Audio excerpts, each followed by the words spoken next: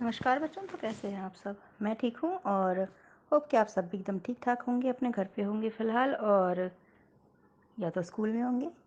तो हम लोग क्या पढ़ रहे थे?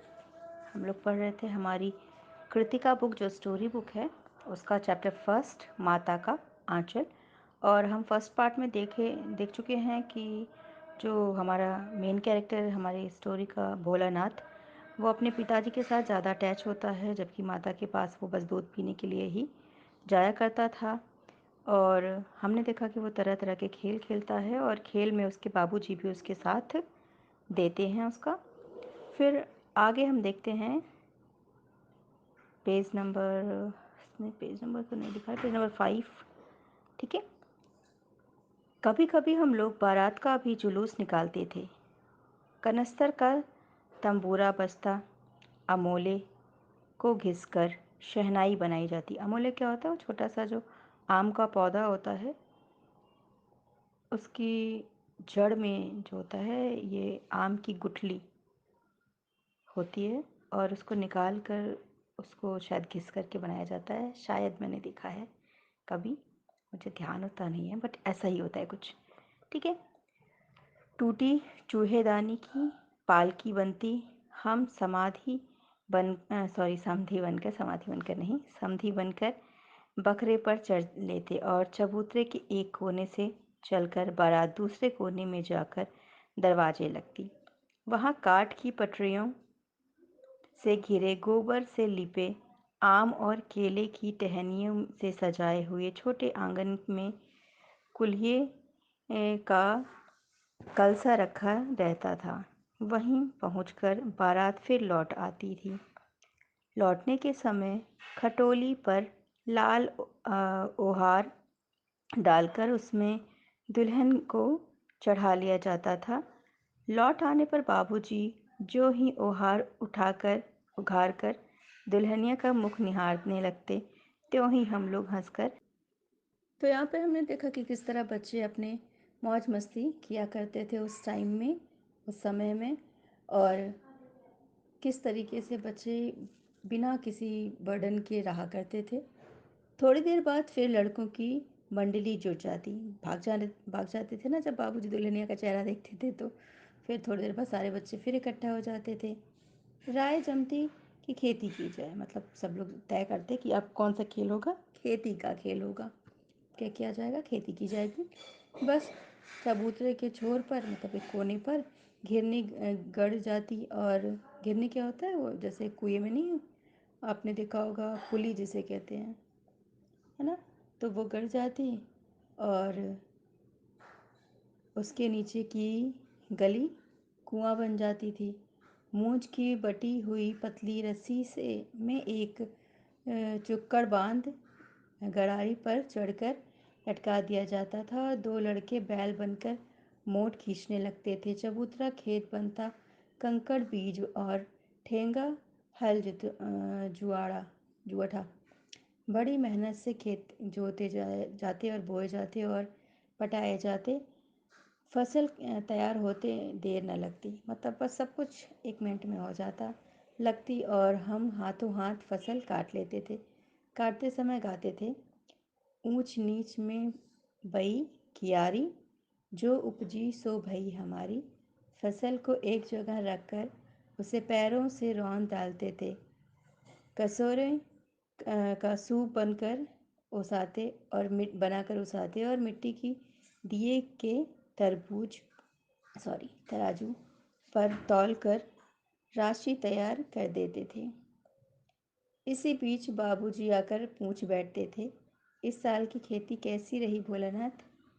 बस फिर क्या, हम लोग ज्यों का त्यों खेत खलिहान छोड़कर हंसते हुए भाग जाते थे। कैसी मौज की खेती थी। ऐसे ऐसे नाटक हम सब लोग बराबर खेला करते थे। बटोही भी कुछ देर ठिठक कर हम लोगों के तमाशे देख लिया करते थे। बटोही मतलब जो राहगीर होते थे, जो आते जाते यात्री होते थे, वो भी देख लिया करते थे कुछ देर ठहर कर वो तमाशे। जब कभी हम लोग दादरी के मेले में जाने वाले आदमियों का झुंड देख पाते, तब कूद कूद कर चिल्लाने लगते थे, चलो भैया ददरी सूत पिसान की मोटरी। अगर किसी दूल्हे के आगे आगे जाती हुई ओहारदार पालकी देख लेते तब खूब जोर से चिल्लाते। अब ये आपको हंसी आएगी इस पे। रहरी में रहरी पुरान रहरी, ढोला के कनिया हमार महरी। इस पर एक बार बूढ़े वर ने हम लोगों की को बड़ी दूर तक खदेड़ खदेड़ कर ढेला मारा था। मतलब कि क्या करते थे, जाती हुई दुल्हनिया को छेड़ा करते थे बच्चे लोग। ठीक है। उस खूसट खब्बिस की सूरत आज तक हमें याद है। ऐसा भोलानाथ कहते कि हम भूले नहीं हैं। न जाने किस ससुर ने वैसा जमाई ढूंढ निकाला था, वैसा घोड़ा मुहा घुड़मुहा आदमी हमने कभी नहीं देखा था। मतलब भोलानाथ को खासा पसंद नहीं आया वो दूल्हा। ओके। Okay, next paragraph. आम की फसल में कभी कभी खूब आंधी आती है। आंधी के कुछ दूर निकल जाने पर हम लोग बाग की ओर दौड़ पड़ते थे। वहाँ चुन चुन कर घुले घुले गोपी आम चबाते थे। गोपी आम मतलब होता है जैसे नहीं, छोटे छोटे अमूले टाइप के छोटे छोटे आम होते हैं, और उनको घोल करके, मतलब कि ऐसे समझ सकते हैं आप कैसे हैं बताएं, है ना। उसे घोल करके उसी में ही आम के अंदर ही उसको थोड़ा सा छेद करके उसे पी लेते हैं और फिर उसको फेंक देते हैं। ओके। तो घोल करके लोग क्या करते थे, उस आम को खा जाते थे। एक दिन की बात है, आंधी आई और पड़ गई, मतलब कि रुक गई। आकाश काले बादलों में ढक गया। मेघ गरजने लगी, बिजली कौंधने लगी और ठंडी हवा सनसनाने लगी। पेड़ झूमने और ज़मीन चूमने लगे। हम लोग चिल्ला उठे, एक पैसा की लाई, बाजार में चितराई, बरखा उधरे बिलाई। लेकिन बरखा ना रुकी। बरखा रुकी नहीं और भी मूसलाधार पानी होने लगा।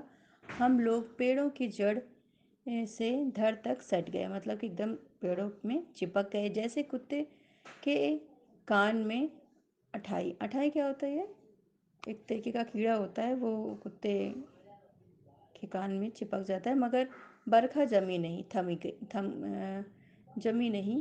थम गई। बरखा बंद होते ही बाग में बहुत से बिच्छू नजर आए। हम लोग डर कर भाग चले। हम लोगों में बैजू बड़ा ढीठ था। आपने 8th क्लास में बैजू को पढ़ा होगा, है ना। तो बताइए, बैजू कौन था? गांव का एक छोटा सा बदमाश, है ना, बदमाश बच्चा। ओके। तो जो इन लोगों में बैजू जो था वो बहुत ढीठ था। संयोग की बात है, बीच में मूसन तिवारी मिल गए। मूसन तिवारी कौन? इनके मास्टर जी। बेचारे बूढ़े आदमी को सूझता कम था। बैजू उनको चिढ़ाकर बोला, बुढ़वा बेईमान, मांगे करेला का चोखा। हम लोगों ने भी बैजू के सुर में सुर मिलाकर यही चिल्लाना शुरू किया। मूसन तिवारी ने बेतहाशा खदेड़ा। हम लोग तो बस अपने अपने घर की ओर आंधी हो चले, मतलब कि आंधी हो चले मतलब दौड़ कर भागे। कहाँ भागे? अपने घर की तरफ भागे। जब हम लोग ना मिल सके तब तिवारी जी सीधे पाठशाला में चले गए। वहाँ से हमको और बैजू को पकड़ लाने के लिए 4 लड़के गिरफ्तारी वारंट लेकर छूटे। इधर ज्यों ही हम लोग घर पहुँचे त्यों ही गुरुजी के सिपाही हम लोगों पर टूट पड़े। बैजू तो 9-2-11 हो गया। हम पकड़े गए। फिर तो गुरुजी ने हमारी खूब खबर ली। तो यहाँ पे क्या है, जो बदमाश बच्चा है वो पकड़ा गया, हमारा भोलानाथ, और फिर उसकी खूब पिटाई हुई। बाबूजी ने यह हाल सुना कि ये ऐसे बच्चे चिढ़ाते हैं मास्टर जी को, तो वह दौड़ते हुए पाठशाला आए, गोद में उठाकर हमें पुचकारने लगे और फुसलाने लगे, क्योंकि ये रोते हुए दिखाई दिए। नहीं तो पिटाई इनकी होती, बट रोते हुए दिखाई दिए तो बाबूजी इनको दुलारने लगे। मगर ये चुप होने वाले लड़के तो थे नहीं। रोते रोते उनका कंधा आंसुओं से तर कर दिया। वह गुरुजी की चिरौरी करके हमें घर ले गए कि प्लीज़ गुरुजी घर ले जाएं। चिरौरी मतलब हाथ पैर जोड़ के विनती करके, है ना, घर ले चले। रास्ते में फिर हमारे साथी लड़कों का झुंड मिला। वे ज़ोर ज़ोर नाचते और गाते। क्या गाते? माई पकाई गरम गरम पुआ, हम खाई पुआ, ना खेलब जुआ। फिर क्या था, हमारा रोना धोना भूल गया। हम हट करके बाबूजी की गोद से उतर पड़े और लड़कों की मंडली में मिलकर लगे वही तार सुरने, मतलब कि वही जो सुर उन लोग लगा रहे थे वही वो भी आलापने लगे। तब तक सभी लड़के सामने वाले मकई के खेत में दौड़ पड़े। उसमें चिड़ियों का झुंड चर रहा था, मतलब दाना चुग रहा था, चल रहा था लिखा है। वे दौड़ दौड़कर उन्हें पकड़ने लगे, पर एक भी हाथ न आई। हम खेत से अलग ही खड़े होकर गा रहे थे, राम जी की चिड़ई, चिड़ई मतलब चिड़िया, राम जी का खेत, खा लो चिड़ई भर भर पेट। हमने कुछ दूर हमसे कुछ दूर बाबूजी और हमारे गांव के कई आदमी खड़े होकर तमाशा देख रहे थे और यही कहकर हंसते थे कि चिड़िया की जान जाए, लड़कों का खिलौना। सचमुच लड़के और बंदर पराई पीर नहीं समझते। एक टीले पर जाकर हम लोग चूहों के बिल में पानी उलझने लगे, पानी डालने लगे। नीचे से ऊपर पानी फेंकना था। बस हम थक गए। तब तक गणेश जी के चूहे की रक्षा के लिए शिव जी का सांप निकल आया। क्या निकल आया? सांप निकल आया। रोते चिल्लाते हम लोग बेतहाशा भागते, बच्चे डर गए। कोई औंधा गिरा, कोई अंटचिट, अटा चिटा चिट, अंटा चिट, है ना? ओके। किसी का सिर फूटा, किसी के दांत टूटे, सभी गिरते पड़ते भागे। हमारी सारी देह लहूलुहान हो गई। पैरों के तलवे में कांटे छलनी हो गए, कांटों से छलनी हो गए। हम एक सुर में दौड़े, दौड़ते हुए आए और घर में घुस गए। उधर उस समय बाबूजी बैठक के उसारे में बैठकर हुक्का गुड़गुड़ा रहे थे। उन्होंने हमें बहुत पुकारा, पर उनकी अनसुनी करके हम दौड़ते हुए मैया के पास ही चले गए, जाकर उसकी गोद में शरण ली। ओके, शरण ली। मैया चावल अमनिया रही थी, मतलब चावल बिन रही थी। हम उसी के आंचल में छिप गए। हमें डर से कांपते देखकर वह जोर से रो पड़ी और सब काम छोड़ बैठी। अधीर होकर हमारे भय का कारण पूछने लगी। कभी हमें अंग भरकर दबाती और कभी हमारे अंगों को अपने आंचल से पोंछकर हमें चूम लेती। बड़े संकट में पड़ गई। झटपट हल्दी पीसकर हमारे घावों पर थोपी गई। घर में कोहराम मच गया। हम केवल धीमे सुर में सा सा सा सिसकते हुए, कहते हुए मैया के आंचल में लुके चले जाते थे। सांसा मतलब है सांप। सारा शरीर थर थर काँप रहा था, रोंगटे खड़े हो गए थे। हम आंखें खोलना चाहते थे पर वे खुलती न थी। हमारे कांपते हुए होठों को मैया बार बार निहार कर रोती और बड़े लाड से हमें गले लगा लेती थी। इसी समय बाबूजी दौड़ आए, आकर झट से हमें मैया की गोद से अपनी गोद में लेने लगे। पर हमने मैया के आंचल की प्रेम और शांति के चांदवे की छाया न छोड़ी। मतलब वो किसी भी कीमत पे जो है भोलानाथ उनके गोदी से आकर के बाबूजी की गोदी में आने को बिल्कुल भी तैयार नहीं था। और यहीं पे आपका चैप्टर जो है वो समाप्त हो जाता है। टोटल मिला के ये चैप्टर एक बार मैं समरी में बता देती हूँ। ये जो चैप्टर है वो लिखने वाले कौन हैं, बताइए? नाम बताइए। शिवपूजन सहाय जी। और चैप्टर का नाम क्या है? माता का आंचल।